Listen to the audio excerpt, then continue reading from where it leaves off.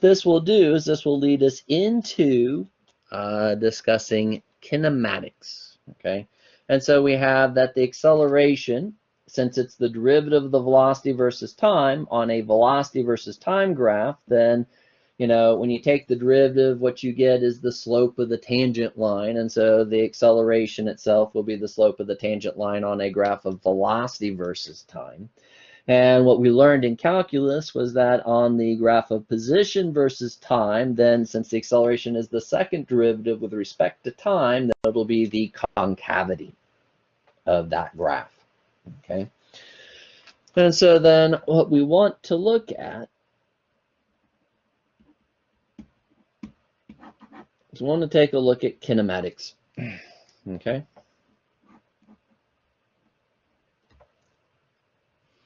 And so with kinematics, what we get is that we have it's motion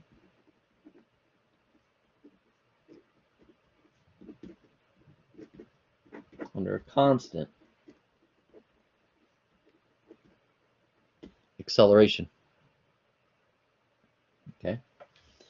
And one thing we're going to find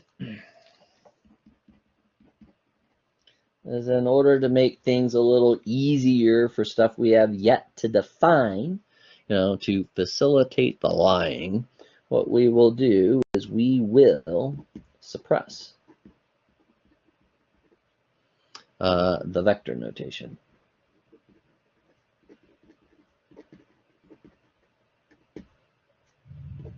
Okay, so this will make it a little easier for us to, you know, not have to define things we're not ready to define yet. Okay, and so then if we go in and start off with our acceleration is constant. Again, I'm going to not write the extra line for the vector piece. So if A is constant, this is our fundamental assumption for kinematics.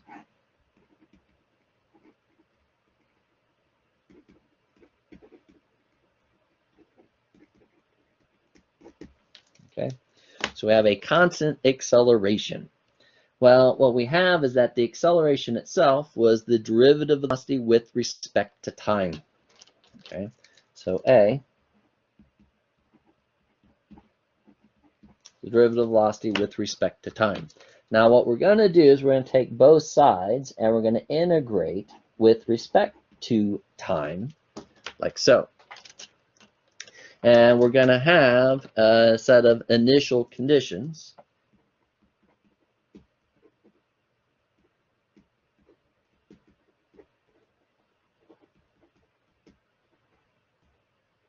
So the initial condition we're going to state is that at t equals 0, so at the initial time,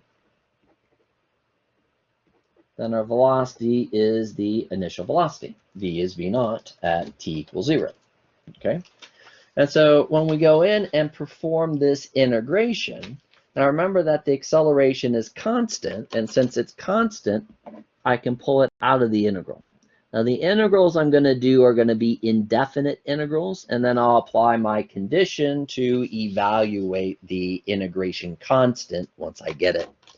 And so what I get here is A is the integral dt. Now here what we have is we're going to take the integral of the derivative. Okay, and so this is essentially a statement about the fundamental theorem of calculus. Now what you get with the fundamental theorem of calculus is the fact that integration is the inverse operation of differentiation. So an integral will undo the derivative, right?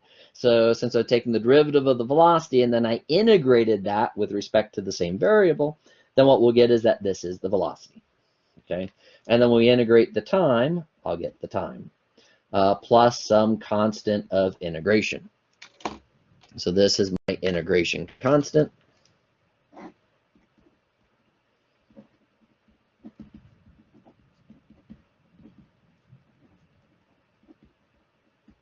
Okay. And so then what we can do is to determine the integration constant, we're going to use this initial condition. Okay.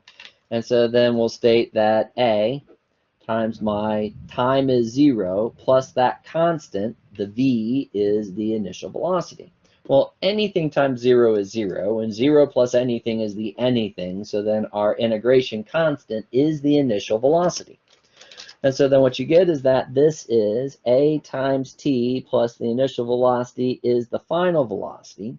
Or what'll happen is I'll probably go ahead and rewrite that as the final velocity is the initial velocity plus the acceleration times the time.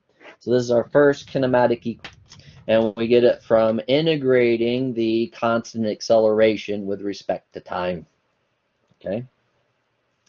And now what we can do in order to get the next integration constant,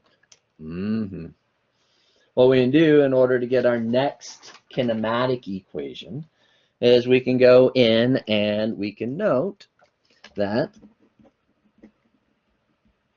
the velocity is the derivative of the position with respect to time.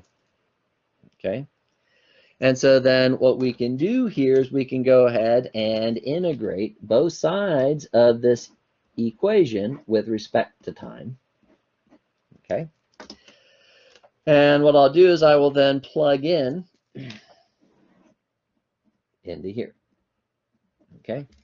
And what I'll have is I'll have an initial condition.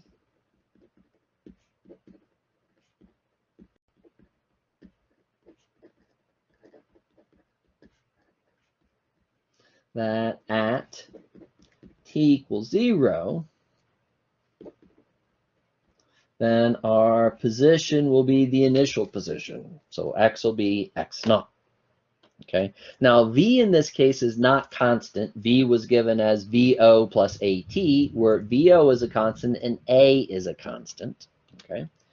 And so then what we get is this is the integral of VO plus A times T integrated with respect to time.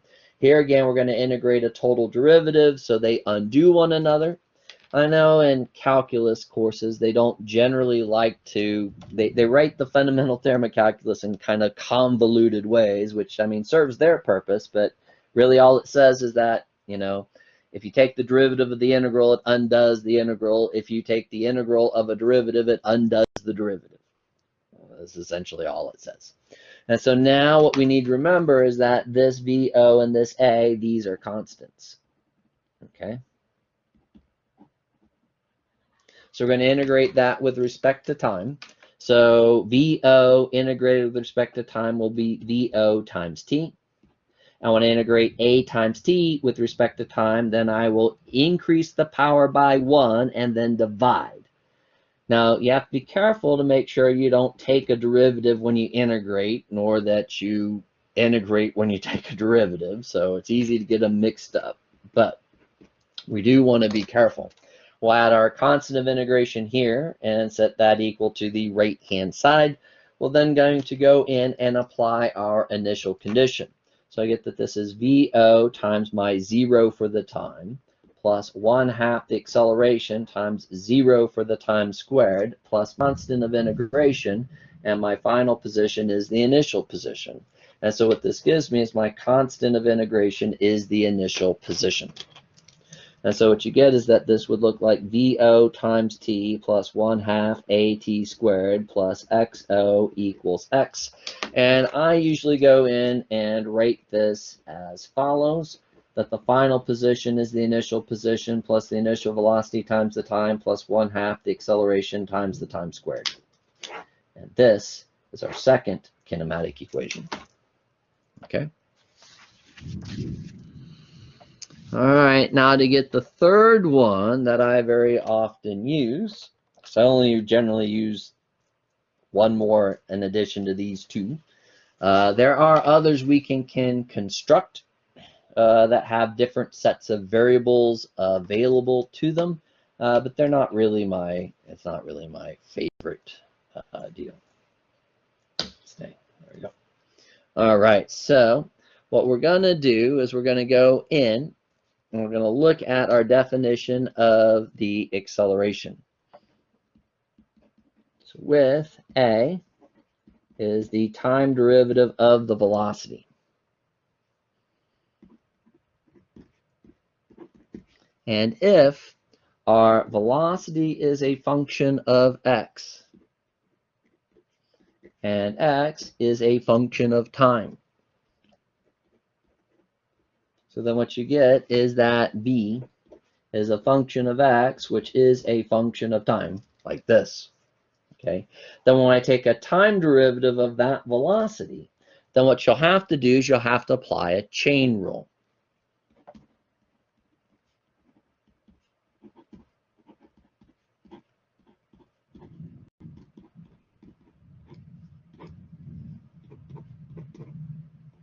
Okay. And so then what we get is that this will be that we take a will be the derivative of v with respect to x times the derivative of x with respect to time. So this is our chain rule.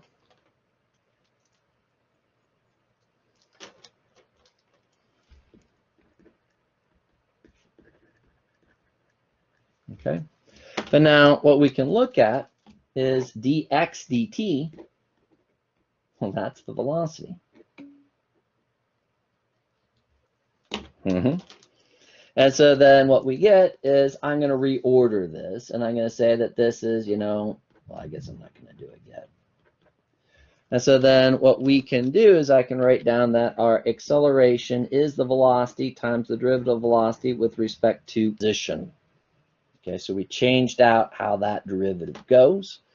And so then what we'll do in this instance is we'll go in and integrate both sides with respect to position.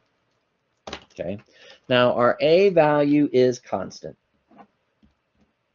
So I'm going to pull that out, okay, like so. And I'm going to need my initial conditions.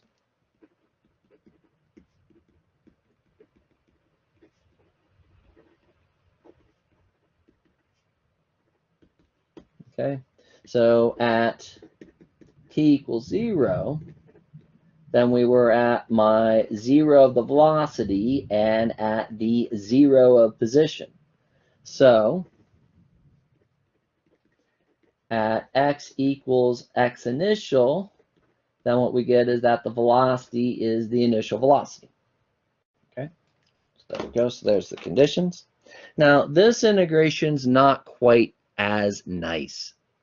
Okay, now that's because I'm not integrating a total derivative. So v depends upon the position, but then dv dx is also depends upon the position. So we're going to need to work a little bit at that. And so what we'll do is we're going to go in and I'm going to have us consider the following quantity. Okay.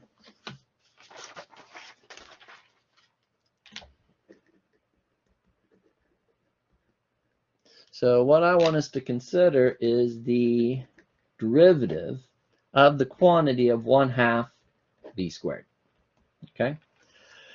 And so 1/2 is a constant, so it just goes along for the ride. To take the derivative of the velocity, then I would pull the 2 down, reduce by 1, and since I didn't take a v derivative, but I took an x derivative, then we're going to pick up the dv dx. So like an implicit differentiation type of thing. Okay. Or you could view it as chain rule. Now what I have here is this 2 and this 1/2 will cancel. And so the derivative with respect to x of 1/2 v squared is v times dv dx, which is the quantity that I have right there.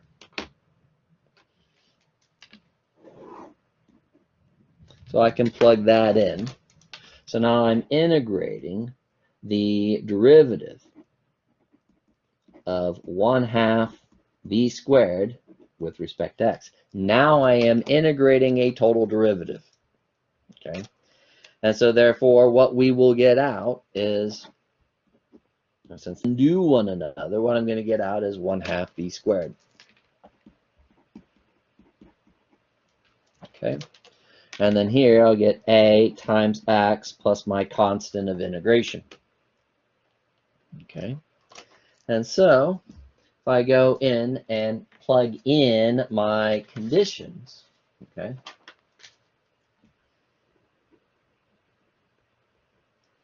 So if I put in that A, if my x is at the initial position, then I get that this velocity is at the initial velocity, like so.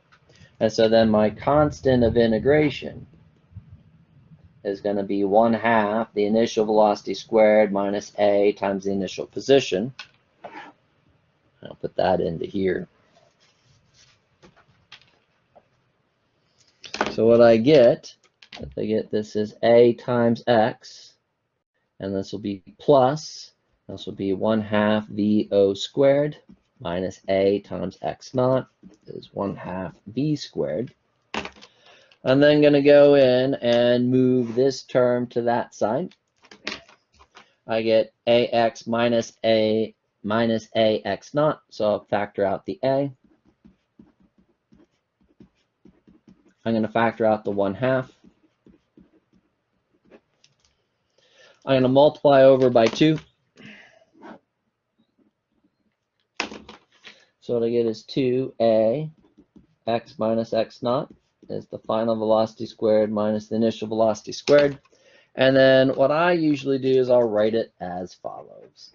I'll usually take this initial velocity to the other side, flip the equation, so get that the final velocity squared is the initial velocity squared plus 2 times the acceleration times the final position minus the initial position. This is our third kinematic equation. Okay.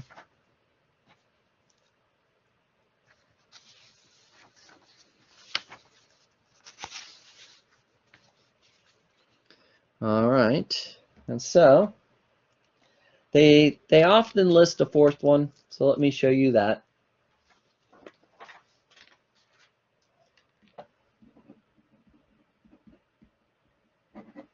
So if we recall,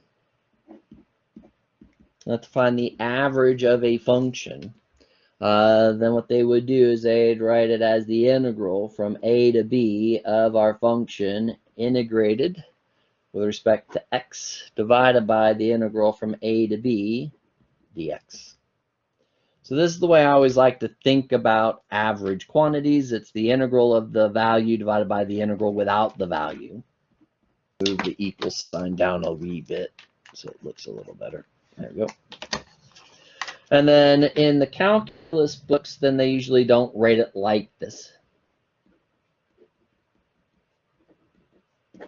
They'll integrate from a to b dx will be b minus a. And so we'll probably write this as 1 over b minus a times the integral from a to b of our function integrated dx. So this is probably how they write this. Okay. Now what we wish to calculate is the average velocity. Okay. Okay. And what we find is that the average we want to take is the average with respect to time, not with respect to distance. And we can do the distance one if we want to, but the one we want is the average with respect to time. Remember that the average with respect to time versus the average with respect to distance gave us different answers. Oops, this wasn't it. Half times versus half distances gave us different averages. So that it does kind of matter which one we want to do, but we want the one with respect to time. Okay.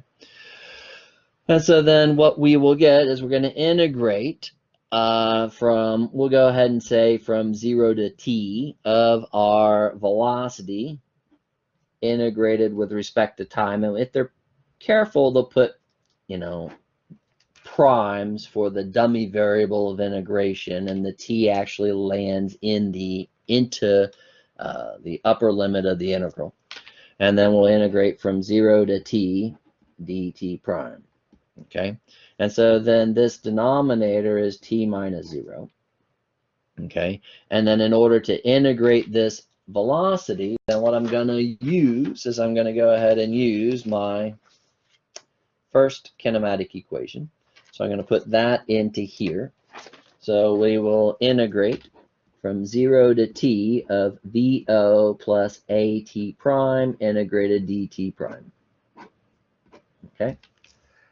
And so what we get here is VO and A are constant.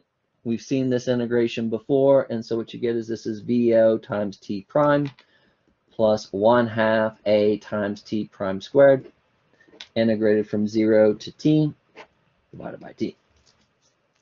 Okay? And so then we'll do upper limit minus lower limit type of idea.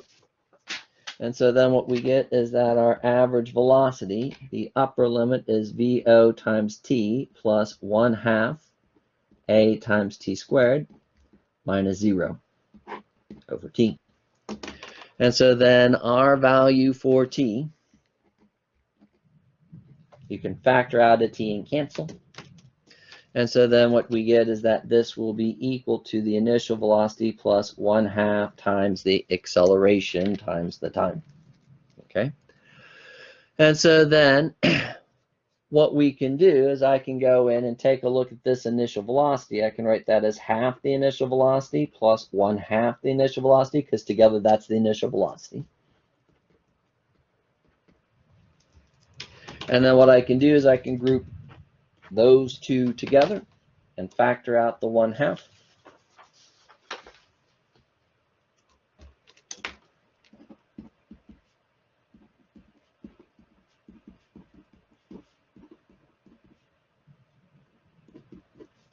Well, VO plus A times T is the final velocity.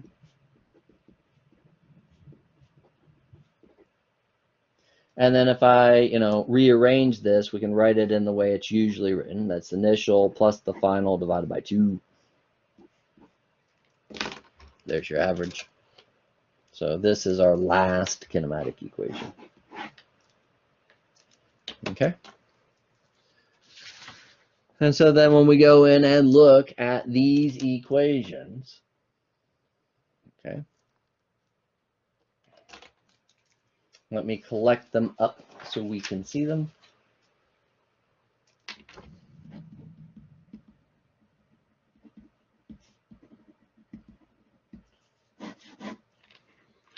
So the fundamental assumption is that the acceleration has to be constant. Okay. And then what we get is that our final velocity is the initial velocity plus the acceleration times the time. Final position is the initial position plus the initial velocity times the time plus 1/2 the acceleration times the time squared.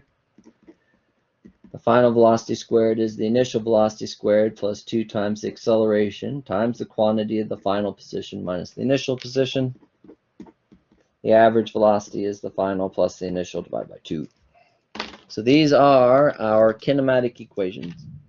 As a general rule, I usually use these first 3. I almost never use this last one. And that's because, I'm not really keen on using average values in my calculations. I prefer to work with instantaneous values rather than an average value. Okay. One of the things that you should note is that in all of the equations, they all contain the acceleration. Every equation also contains, yes, final velocity squared, initial velocity squared. Anything without a 0 is final.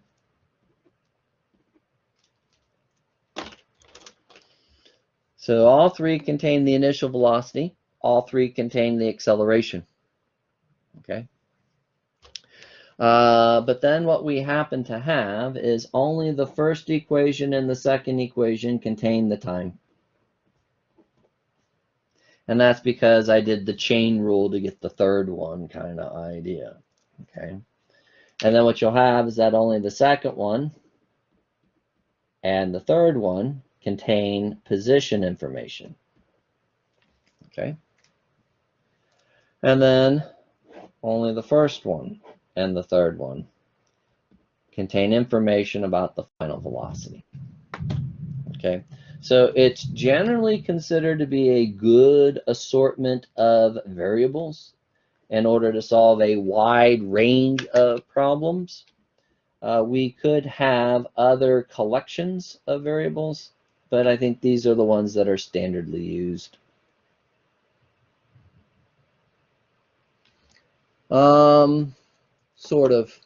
there are certain problems where this is the process that you need to do, is in order to get the velocity, you have to integrate the acceleration kinds of things. So while it may not be deriving the formulas per se, it'll be the same operations are needed to be understood for problems. Okay? All right.